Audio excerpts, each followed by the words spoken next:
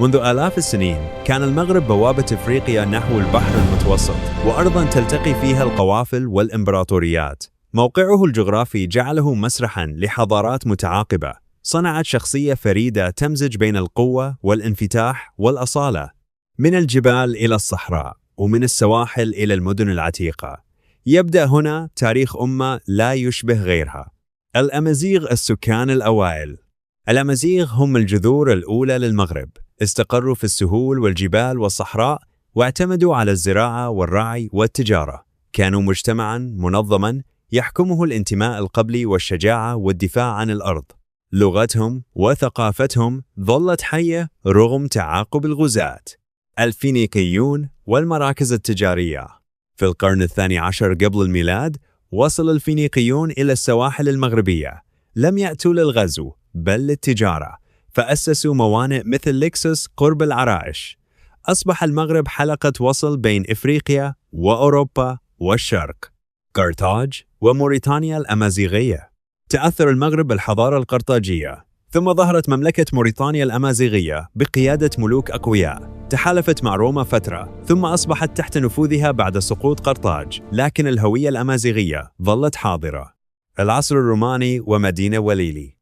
دخل الرومان شمال المغرب وبنوا مدنا مزدهرة مثل وليلي، نظموا الإدارة والطرق والمعمار، وتركوا مسارح وأعمدة ومعابد ما تزال شاهدة إلى اليوم على تلك المرحلة.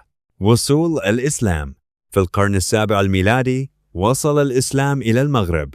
لم يكن مجرد تغيير ديني، بل تحول حضاري شامل، غير اللغة والسياسة والبنية الاجتماعية، وفتح للمغرب أبواب العالم الإسلامي. دولة الأدارسة وبداية الاستقلال.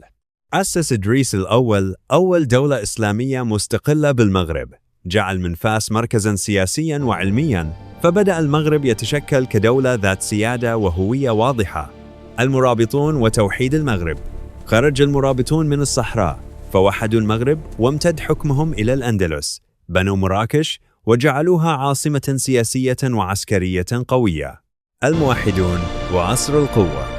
قاد الموحدون نهضة عظيمة في العمران والفكر، شيدوا المساجد والحصون، وامتد نفوذهم عبر المغرب والأندلس، وتركوا آثاراً مثل الكتبية وحسان. المرينيون وازدهار العلم. اهتم المرينيون بالعلم وبناء المدارس، أصبحت فاس مركزاً ثقافياً، وانتشرت الزخارف والفنون والعمارة الإسلامية الراقية. السعديون والمواجهة الأوروبية. واجه السعديون الأخطار البرتغالية والإسبانية، وحققوا نصراً تاريخياً في معركة وادي المخازن، فثبتوا مكانة المغرب بين القوى الكبرى. الدولة العلوية والمغرب الحديث. مع الدولة العلوية استقر الحكم، وتطورت المؤسسات، وبدأ المغرب في بناء دولته الحديثة سياسياً وعسكرياً وثقافياً حتى العصر الحالي. هكذا ظل المغرب عبر العصور أرضاً للصمود والتجدد.